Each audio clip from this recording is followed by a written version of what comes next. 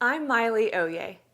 I work at Google as a developer programs tech lead, normally from our headquarters in Mountain View, California. But today, I'm at home in San Francisco to talk about the 5 most common mistakes I find in SEO.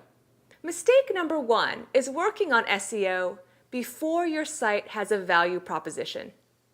Ask yourself, why would a user choose my site in search results? Let's say you have a site that promotes your offline business, like a local bike repair shop. What differentiates your business from your competitors? Are you a nonprofit organization? Or perhaps you offer free estimates, a free demo, or you're the oldest independent dealer in the city? Or if you're an e-commerce site, what separates your site from the others? Do you have lower prices, free shipping, great customer service, or better product descriptions? Starting with a value proposition simplifies SEO. No matter where your site ranks in search results, if you want to stay on top, searchers need a value prop to click on your site, to come back and revisit your site, and to recommend your site to their friends. Start with a value prop and then focus on a quality user experience. Let's move to mistake number 2. A segmented approach to SEO. I call this the bento box approach because I'm Japanese and it's like your dinner plate with every item segmented and none of it working together. It's great for your sushi and your salad. It's not as great when there is no communication between your marketing, biz dev, and SEO teams. So mistake number 2 is about working on SEO in a silo. A better, more holistic approach to SEO is to consider the entire user experience, from marketing campaign all the way to the actual conversion, and potentially repeat business. Vanessa Fox, a consultant and author on search engine strategy, wrote about this type of bento box approach with respect to the Super Bowl, when it's difficult for companies to completely integrate their offline television ads with their online SEO efforts. She noted that a car company spent millions on TV ads to lead users to a website, edityourown.com, where they could then edit their own car video. On Super Bowl Sunday, this commercial probably not only brought users to the website, but actually helped the query, Edit Your Own, to rank number 36 on Google Hot Trends. Now imagine if this were your company. As the SEO, you can't just focus on your regular keywords that you do every day, but you also need to integrate marketing campaigns and optimize for the words, edit your own. Mistake number 3 is putting effort into time-consuming workarounds, rather than researching new features or best practices that can simplify your tasks. For example, for sites with paginated content, in the past, some webmasters tried the workaround of using rel canonical on subsequent pages to their page 1. This unfortunately can cause a loss of content in Google's index. The good news is that there are new best practices. We now support rel next and rel prev markup, so your paginated article or product category is treated as a single series, rather than having page rank diluted into the various components. Also in the past, to have several new or updated pages crawled as quickly as possible, webmasters might have performed the lengthy task of updating their sitemap with the new URLs, then uploading the new sitemap file, and then submitting it to Google.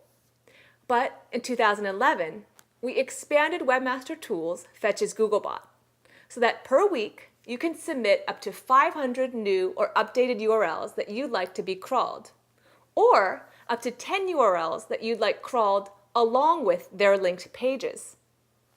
When submitting through Fetch's Googlebot, most URLs are crawled within 24 hours. An easy way to stay in touch of new features and best practices is to subscribe to the Webmaster Central blog.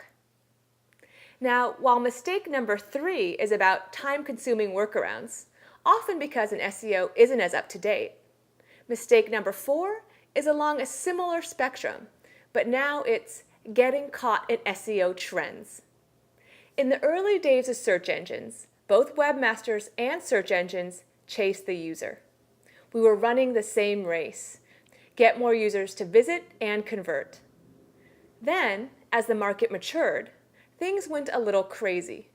It was as if this race split into two simultaneous races. And rather than chasing users, some websites started chasing search engine algorithms. In over 6 years at Google, I've seen SEO trends take many forms. Around 2005, SEOs lost focus and spent countless hours editing their content for the optimal keyword density, meaning keywords per page. Not a great use of their time.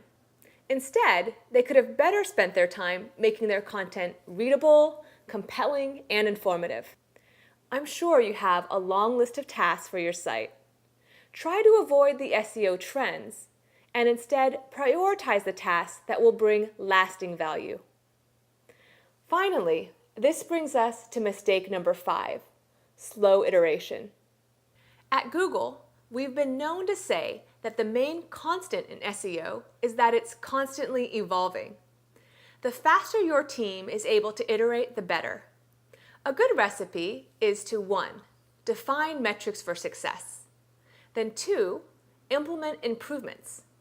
Next, measure the impact, and then create new improvements. And then last, prioritize those improvements based on the market and your team's personnel. And then, of course, repeat. The advantage to having an agile SEO cycle is quite clear. In 2009, we launched Rich Snippets, recipe or event sites that could iterate quickly and implement the proper markup could now show much more appealing search results. The same was true of video sites that were able to quickly create and submit video sitemaps. Again, those who were agile could get the benefits. Those are the 5 most common SEO mistakes that I find. But now let's cover good practices in SEO. First, do something cool. Have a value proposition that separates you from your competitors. Second, include relevant keywords in your copy. There's no need to think about keyword density, but make sure your content includes the keywords people actually search for. 3, be smart about your tags, title tags and meta description tags, and your site architecture. 4, sign up for email forwarding in Webmaster Tools. This allows important messages from Google, such as notifications for crawl issues, to be forwarded directly to the inbox you check regularly, whether that's your work account inbox, Yahoo, or Gmail. 5, attract buzz.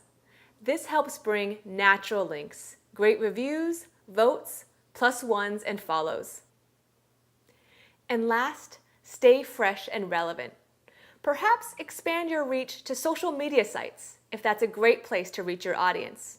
Or make sure your site is accessible on smartphones if your product is great on the go. I hope this video helps you avoid the common SEO mistakes and instead focus on the good practices that can bring lasting, positive benefit. Thanks for watching.